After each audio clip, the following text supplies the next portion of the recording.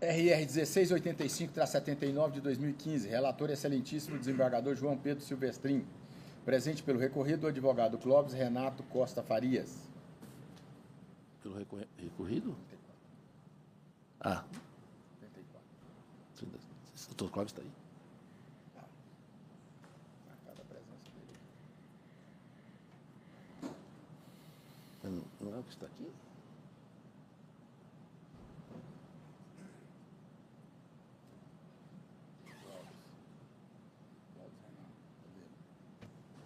Bom dia, excelências. É doutor Clóvis? Isso.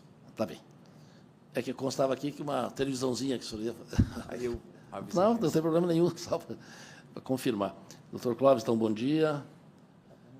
Relator com a palavra. Senhor presidente, em decorrência do provimento de agravo de instrumento na sessão ocorrida no dia 20/10/2025, vamos enfrentar hoje o recurso de revista da Universidade Federal do Ceará e registro que estamos em juízo de retratação. É tema único, a matéria é a responsabilidade subsidiária do poder público, ônus da prova. Trata-se a hipótese, senhor presidente, na qual o regional atribuiu ao poder público a responsabilidade subsidiária pelo adimplemento das obrigações trabalhistas, por entender que o ônus de prova, a fiscalização do cumprimento das obrigações legais e contratuais da prestadora de serviço, como empregadora, recai sobre o tomador de serviço. Destaco do acordo regional o seguinte trecho: o encargo probatório relativo à fiscalização do cumprimento e observância da legislação trabalhista pelo prestador de serviço incumbe a recorrente, que dele não se desvencilhou. Tal posicionamento, a meu sentir, vai de encontro à recente tese fixada pela Suprema Corte, quando do julgamento do tema 1118 da tabela de repercussão geral. Em razão disso, senhor presidente, eu conheço do recurso do revista por violação do artigo 71, parágrafo 1º da Lei 8.666 de 93, e no mérito eu dou-lhe provimento para julgar improcedente a demanda em relação à Universidade Federal do Ceará. É como voto, senhor presidente. Muito bem. Doutor Clóvis, o senhor está representando a recorrida, Ana Cláudia, né? Os trabalhadores. Sim. É, e outros. Né? Isso. Petele fez uso da palavra? Sim. Pelo tempo regimental. Foi provido para a UFC, não é isso? Então, saudação, bom dia, excelentíssimo senhor ministro-presidente, desembargador convocado João Pedro Silvestrin, ministro Amaury Rodrigues, excelentíssimo representante da Procuradoria-Geral do Trabalho, Ministério Público do Trabalho, servidores, colegas, advogados e estudantes. Primeiro, uma honra estar aqui novamente. Tivemos a oportunidade de estar aqui no dia do comum acordo e foi um julgamento interessante pelo plenário. E agora, nesse momento, realmente nos causa muita reflexão a situação, porque, num primeiro momento do não conhecimento do agravo, do recurso, porque há culpa da administração, tanto em elegendo quanto em vigilando. Já eu vou apresentar o contexto, né? Até espero que sensibilize de alguma forma. Porque, no primeiro momento, havendo culpa, porque a história desses trabalhadores, eu lembro, quando eles me procuraram, eu advogava para o Sindicato dos Servidores, e eles eram terceirizados de uma empresa filantrópica. Uma filantrópica, né? É contraditório, mas é isso. Era o que acontecia. Historicamente, foi como, acho que a história do Castro Alves, né? Era meio um sonho dantesco, né? O Tom Badilha, assim, 700 pessoas chegaram lá, desesperados, idosos, um contrato de mais de 40 anos. É interessante que eu acho que Vossa Excelência, ao observar, isso foi também analisado muito bem pela a 7ª região e pelo juiz e referendado no acórdão. Não havia uma maternidade em Fortaleza. E, à época, o Assis Chateaubriand, dono dos Diários Associados, eles fizeram uma campanha para comprar o terreno e construir a maternidade. Compraram o terreno, construíram a maternidade e colocaram para funcionar com uma filantrópica, na época, SAMEAC, Sociedade de Assistência à Maternidade Escola Assis Chateaubriand.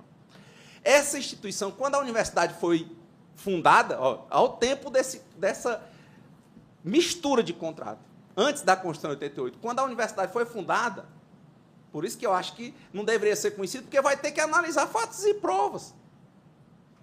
Aí a universidade foi fundada, assumiu esses trabalhadores com o compromisso de internalizá-los para o quadro. Dos 700, hoje tem uns 80, todo mundo idoso. O contrato está em aberto, porque eles tiveram que fazer greve, porque não tinha negociação, porque todo mundo empurrava com a barriga a universidade. Não havia nem sequer ganho pela filantrópica. Ela passava os valores exatos do salário.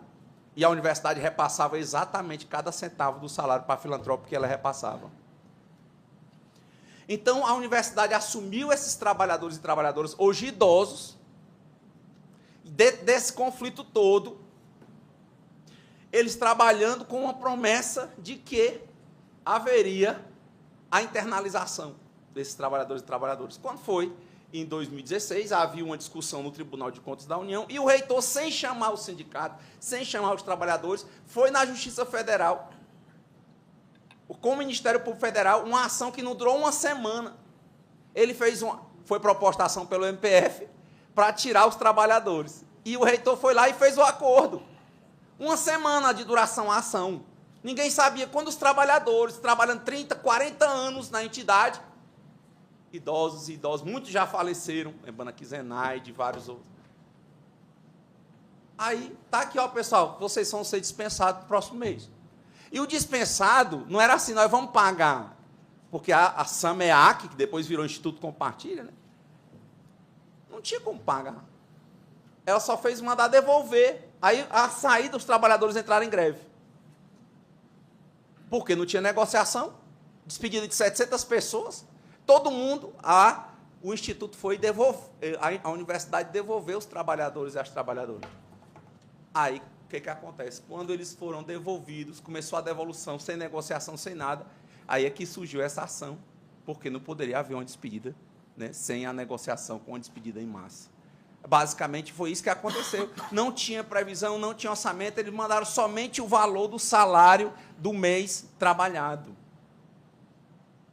Então, dentro dessa primeira perspectiva, nós vemos, sim, a aplicação da ação declaratória de constitucionalidade número 16. Claro, é constitucional o artigo 71, mas, como foi bem coadunado pelo Tribunal Superior do Trabalho, por Vossa Excelência, na súmula 331, nos incisos 4 e 5, quando há culpa da administração, quando há culpa comprovada, aí de novo, se a culpa comprovada, se for analisada pela primeira instância, na sentença, se for analisada pela segunda instância, pelo tribunal, como é que, em tese, recebe o recurso e não adentra, como foi muito bem falado pelo ministro Amauri para os estudantes, adentrar em fatos e provas? Eu acho que foi uma primeira, gostei muito do discurso de apresentação. O Tribunal Superior do Trabalho não pode adentrar em fatos e provas. Se o tribunal e o juiz adentrou em fatos e provas, como é que eu vou conhecer de um recurso de revista que o tribunal diz, por si, em súmula, votada pelo plenário, que não pode avaliar fatos e provas, e vai analisar e dar provimento?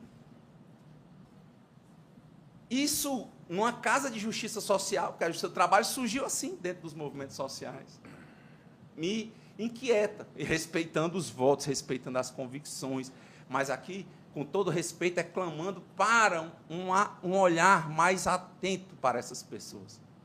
Pessoas idosas, pessoas que estão precisando dos recursos para, por exemplo, quitar o resto lá da Previdência, da carteira que está em aberto, para que eles possam se aposentar. Tentamos, isso foi denunciado à Corte Interamericana de Direitos Humanos, entregamos pessoalmente ao presidente Robles na época.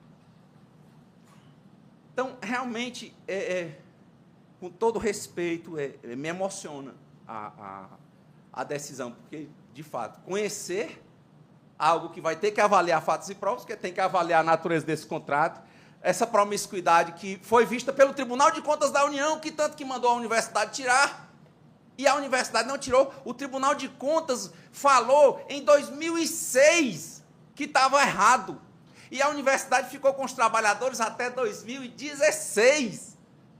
Só aí, em abstrato, já está provado que tem Culpa. Está nos autos.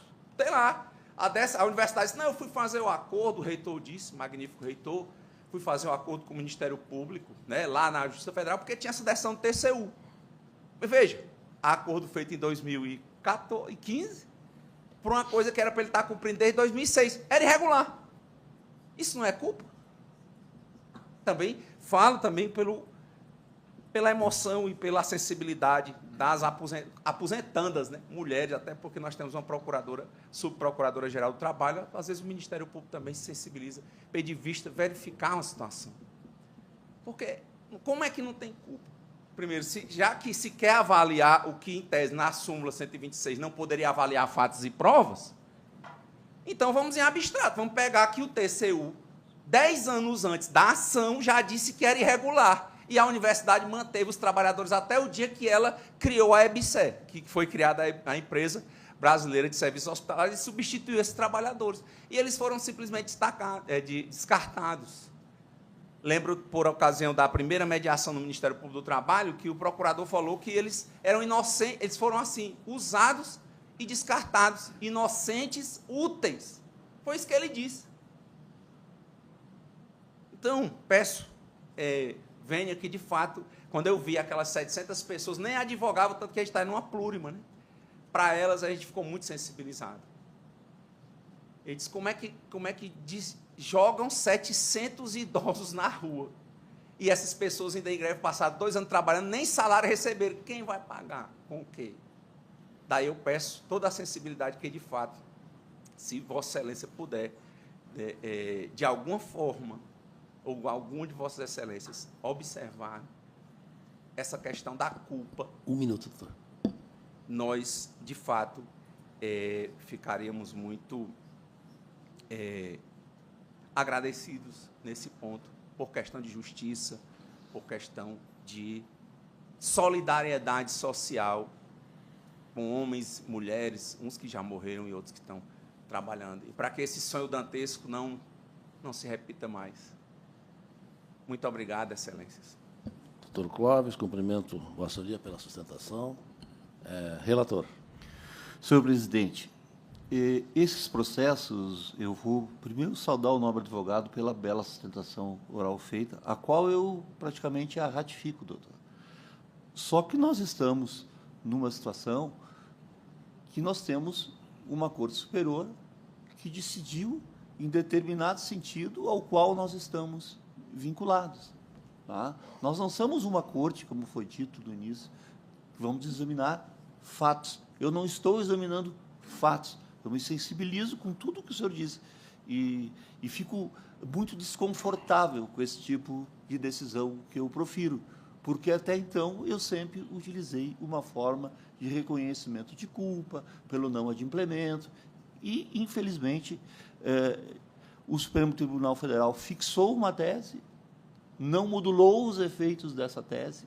Eu não sei a razão pela qual, eu acho que talvez os advogados deveriam ter se insurgido naquela Suprema Corte para que isso fosse feito.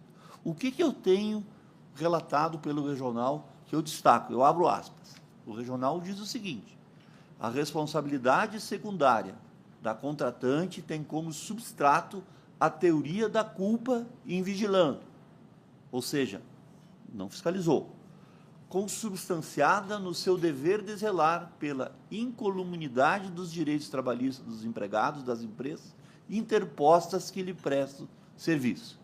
E aí afirma o regional: o encargo probatório relativo à fiscalização do cumprimento e observância da legislação trabalhista pelo prestador de serviços incumbia a recorrente, que dele não se desvencilhou. O que o tribunal está dizendo? A reclamada deveria ter comprovado que fiscalizou de forma efetiva. É isso que o regional está dizendo. E disso não se desvencilhou. É ônus de prova da reclamada. É isso que o regional assentou. Diz mais: a prova por ela produzida, além de unilateral, não demonstra tenha ela tomado providências e adotado a aplicação das penalidades pertinentes. o que resvala na conivência com a recalcitrância do descumprimento do contrato, atraindo a responsabilização da autarquia. Portanto, o ente público, na condição de tomador de serviços prestados pela reclamante, é subsidiariamente responsável. A meu sentido, doutor, essa tese, eu estou falando da tese firmada pelo regional, ela vai de encontro à tese firmada no tema 1118, ao qual eu, na condição de membro do Poder Judiciário, por questão de disciplina judiciária, de política judiciária, devo me curvar e eu estou aplicando. Por isso, eu estou aqui conhecendo da revista e dando-lhe provimento. Eu não consegui observar do acórdão do regional conclusão diversa que me levasse a, juridicamente, pensar de forma diferente, embora eu reconheça que essas decisões elas têm trazido, talvez, retirado de alguns prestadores de serviços que são empregados, como todos os demais, alguns direitos que lhes são mínimos, tipo salário, aviso prévio, adicional de insalubridade. Mas, infelizmente, a Suprema Corte aqui nos pôs algumas amarras e eu tenho que me curvar a esse entendimento. Senhor presidente, é como eu voto, tá, pedindo vênia a bem posta sustentação oral feita pelo nobre advogado. Eu só indago o relator se todos esses fatos que foram relatados da tribuna estão no acórdão. Infelizmente questão... não, senhor presidente. Mas então, súmula 126... Bom, eu vou pedir vista regimental, tá? Mas olha o que o tribunal decide. Ele conclui. Vislumbra-se que a recorrente não se desincumbiu do ônus de comprovar o alegado, conforme o artigo 818 da CLT e 373 do CPC. O tribunal decidiu com base no ônus da prova. E o Supremo Tribunal define o ônus da prova a quem, lamentavelmente, determinou ao trabalhador provar nos autos que o tomador dos serviços não comprovou. Ou seja, tem que haver prova que não. No momento que o tribunal diz a ausência de prova, decide pelo ônus da prova, então ficamos numa situação muito difícil, em função daquilo que o Supremo Tribunal Federal disse. Então, essa sustentação oral, que foi muito bem posta, com todas as vênias, todas as sensibilidades que foram invocadas para que nós tenhamos aqui, elas devem ser na outra corte. Devem ser dirigidas a outra corte. Não a nós, que somos sensíveis, mas que estamos vinculados a uma decisão de repercussão geral do Supremo Tribunal Federal. Eu pedi vista regimental e o processo está suspenso. Ministro, aguarda. Excelência, primeiro, agradecer a acessibilidade. De fato, só esse minutinho, é um distinguish nesse ponto. E, infelizmente, é porque esse processo, ele casa tantos processos, são bem uns 10 para casar no primeiro. Tá? Então, a sentença, só esse pela ordem nesse ponto, né, antes do encerramento, de que se coadune, porque o tribunal foi muito, porque a sentença é exaustiva na prova, e o tribunal foi meio que tentando resumir a sentença. Pois não.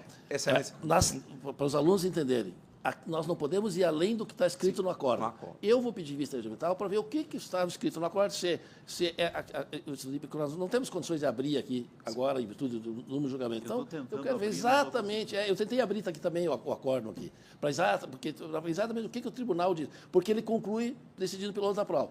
Se for assim, não há como nós aqui, no TST, alterarmos, porque nós somos vinculados à decisão do Supremo Tribunal Federal. Mas, evidentemente, por isso, eu vou pedir vista regimental para examinar essa questão e o ministro Amaury aguarda o retorno de vista. Com certeza, senhor presidente. Aparentemente, o que o advogado... Os fatos falados da tribuna não estariam no acórdão. Aí não há o que fazer. Agora, no momento em que... É para os alunos, súmula 126, nós não podemos reexaminar fatos e provas. Claro que nós temos que considerar fatos e provas quando nós aplicamos o direito abstrato. Mas o que nós verificamos? Os fatos que estão no acórdão regional. Por isso que deve haver o pré-questionamento, inclusive, desses fatos. E eles devem constar no acórdão regional. Se eles não constam, nós não podemos ir lá no processo, não podemos ir na sentença, simplesmente ficar no acórdão regional. Mas eu já pedi vista regimental, nós já falamos bastante, mas foi para os alunos. E, doutor, mais uma vez cumprimento a Vossa Senhoria, registrada a sua presença, a sustentação oral. que depois eu vou pedir até as notas para que eu possa verificar se essas alegações, o que efetivamente está no acordo regional.